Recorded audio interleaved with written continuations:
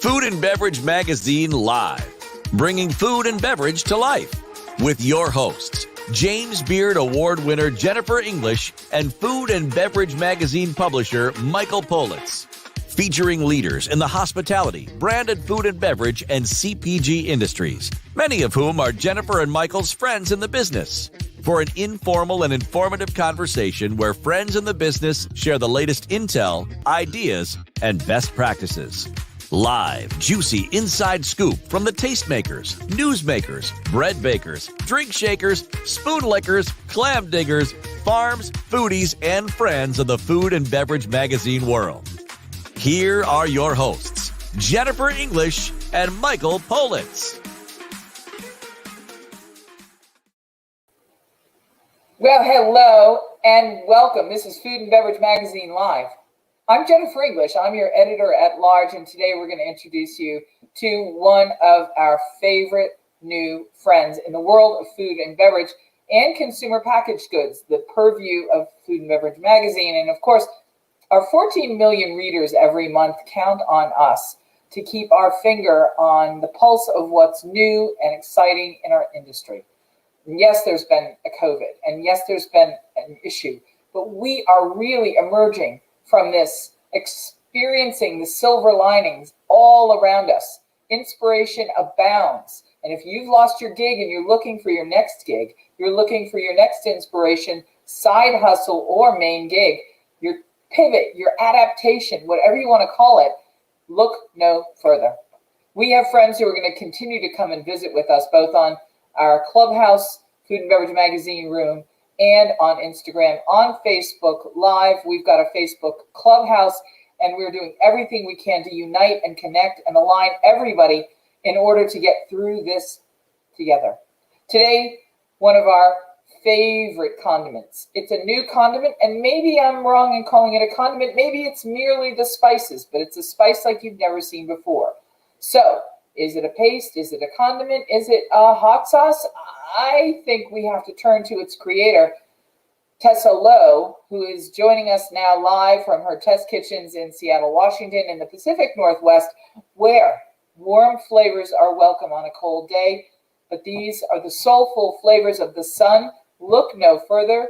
This is exciting. Are we talking condiments, chef, or are we talking spices? You know what, Jennifer? Anything, really. That's what this is about. My product, Olo's Chipotle Paste, it really can be whatever you want it to be. And that's what's so great. Versatility is what I say. But I just want to thank you. You are my inspiration. And the way you are bringing together all of these chefs in the hospitality business and the food product business, I just want to say I am so grateful to have met you and to be graced with your presence today. So thank you. Can I just say it's my extraordinary privilege to be able to do this, and it's the culmination of everything both Michael Politz, the publisher of Food and Beverage Magazine, and I have done in our careers, and it's the ultimate pay it forward.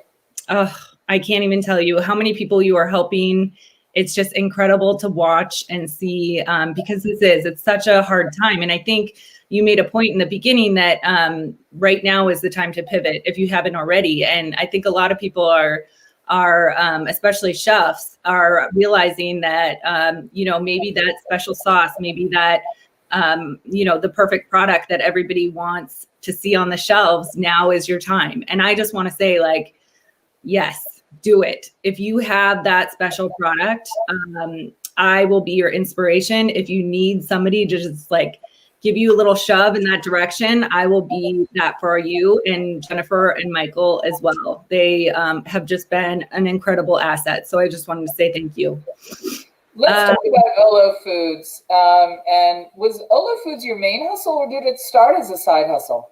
Yeah, so it actually started as a side hustle around about 10 years ago. So I was pregnant with my son, Owen, and I was on maternity leave. I'm actually an at-home chef. So I was cooking, playing around in the kitchen, and I love cooking Mexican food. And I'd always buy the little canned peppers, in the adobo sauce, and I would always use 1, take one out, the rest would go to waste. So I thought, well, I always use the tomato paste in the tube. So why don't I create my own chipotle paste in a tube? And that's exactly what I did. So kind of looks like a little toothpaste tube, if you can see it. And I came up with a formula, source packaging. And it was a side hustle for a while until it really started taking off. And I think it's one of those items that people look at it and they're like, wow, that's unique. There's really nothing else like it on the market. And it's something so versatile. Like you said, you can use it as a hot sauce, as, a cooking paste, or really my husband just basically like slathers it on his toast in the morning. I really want to break this down because food entrepreneurship is something a lot of people are thinking about right now. And it's not enough to just have something yummy. Right. You've got to imagine the dimensionality of what you have to accomplish to get your product into the marketplace. And I think your product is so exceptional on every front. I want to start with something that seems like, I guess, obvious, the packaging. How did you choose to go into the tube and choose the packaging you did versus a jar versus a powder or a dry rub? Right. And I think that's where it really all started for me, because I really love, honestly, the novelty of the tomato paste in a tube. And now you can find like wasabi and all these different products. I really wanted something easy that I could just add that really deep, concentrated flavor that you really don't get from the dried peppers. And the dried peppers is more like you have to soak them and do all this other stuff. So I wanted something really concentrated that I can get that smoky heat. And the tube is really environmentally sustainable. It's been around for... Can you hold it up for everybody so they can see what we're talking about? It really does look like toothpaste. And then when you turn it sideways, I want you to look at the colors. I want you to look at the logos. I want you to look at the branding. To me, this is an A+ job of every dimension of creating a new product.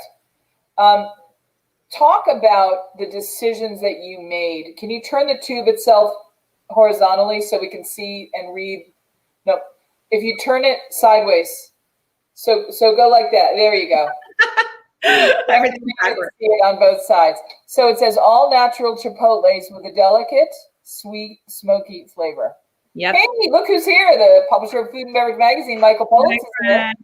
Here he is, the guy, our guy. He made it. Our guy in the flesh. I want to see that too. Let me see that again, Tessa Lowe. We were just talking about it, and I was turning it on all directions for Jennifer to see.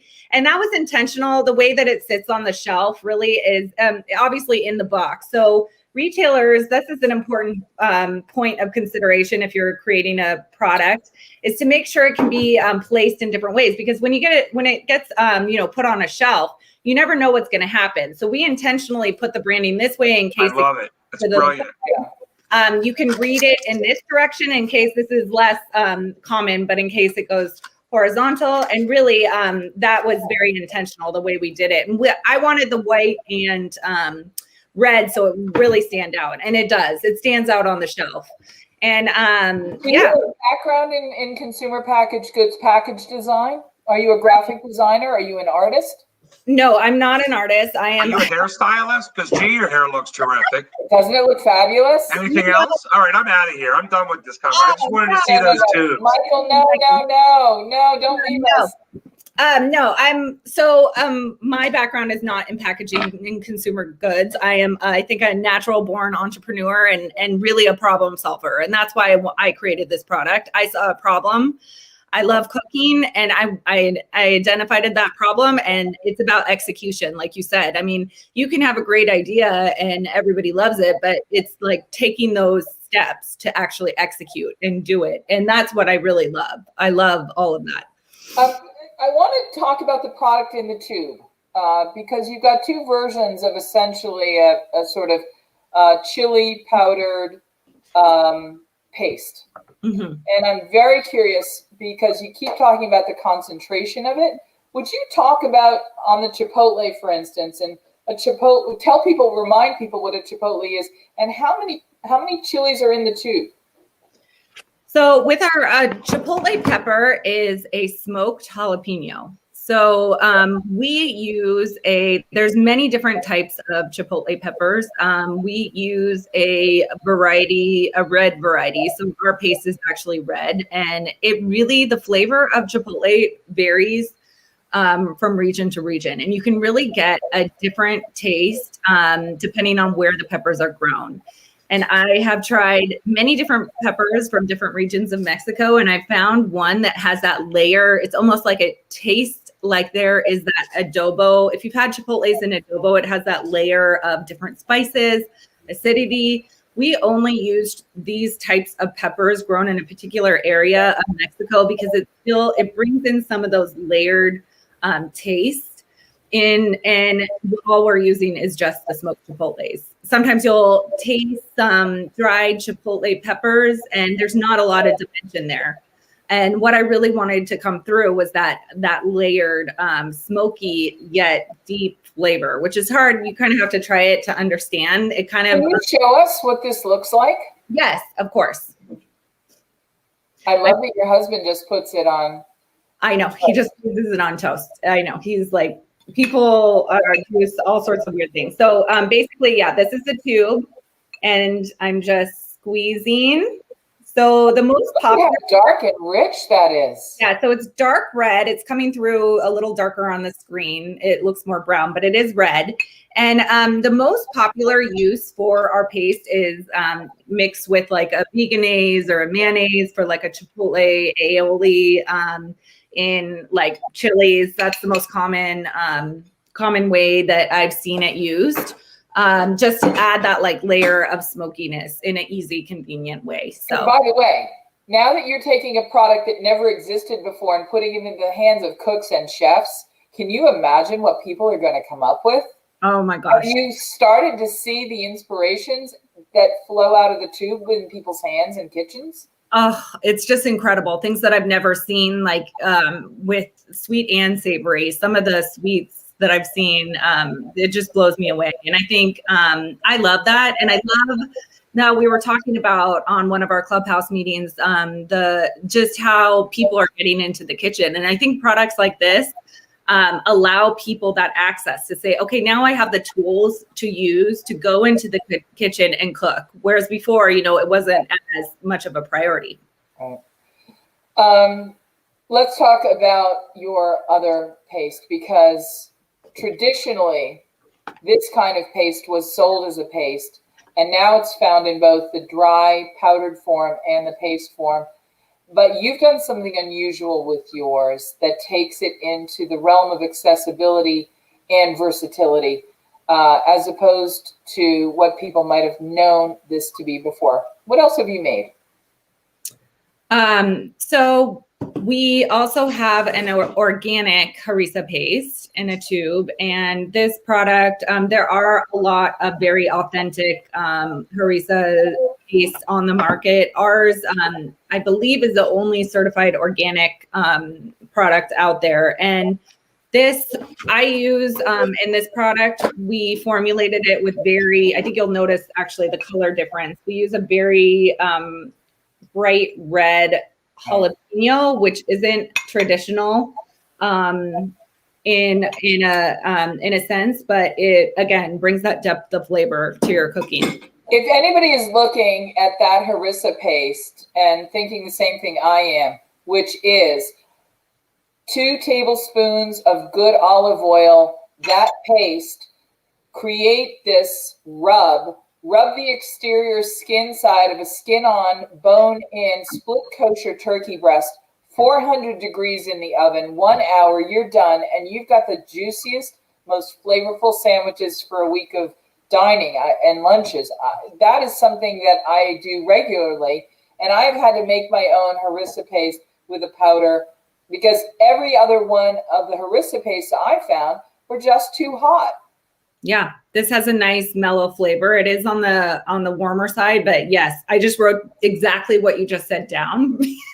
Somebody who's one of our clubhouse friends says, very strange hearing Jennifer talking and actually being able to see us. Hi, friends. We love it. And Young, who is our clubhouse friend, was waving hi as well. everybody on Facebook that's with us from all over is saying how much fun it is. They're in both right now. They're both on, and Young is joining us as well. Some people are in both Clubhouse and Facebook. We love that they're doing that.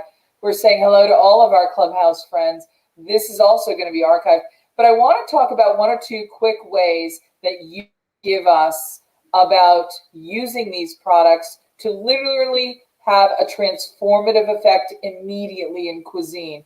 It's like opening a recipe box of inspiration.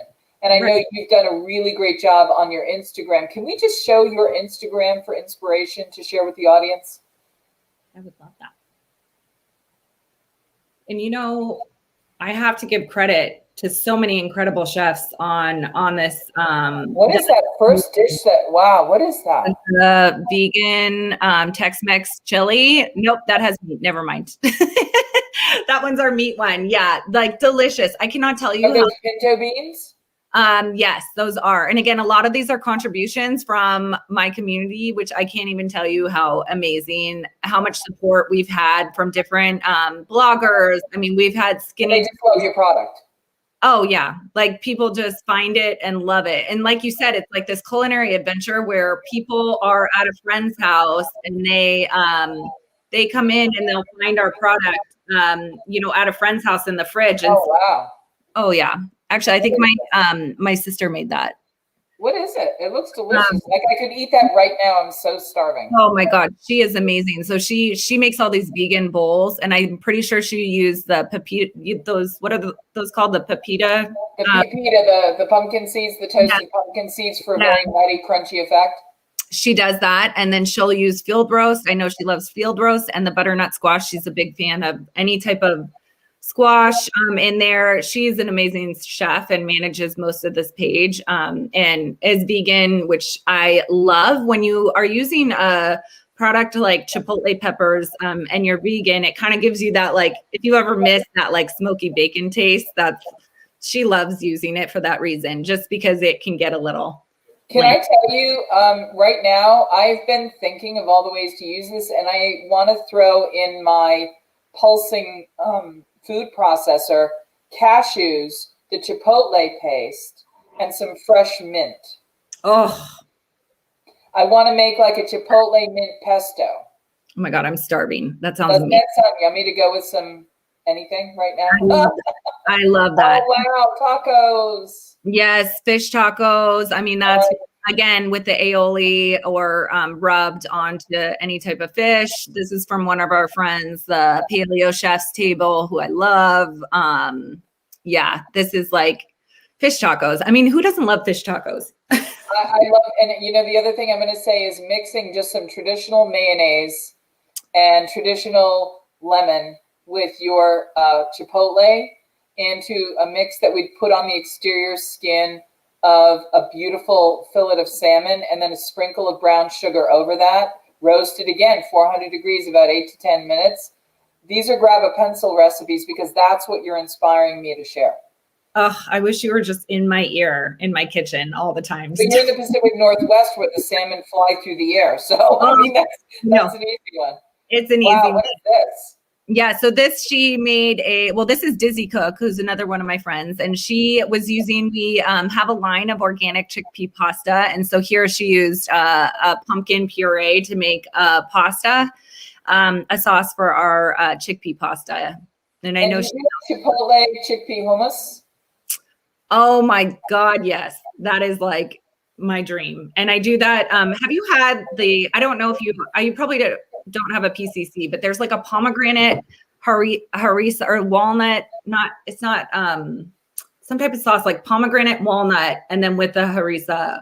Oh my God, that dip is just incredible. Well, you and I are aligned because when our company produced the Afrikaya spice line for Chef Marcus Samuelson, one of the products we produced was a harissa, and we produced it in its dry form.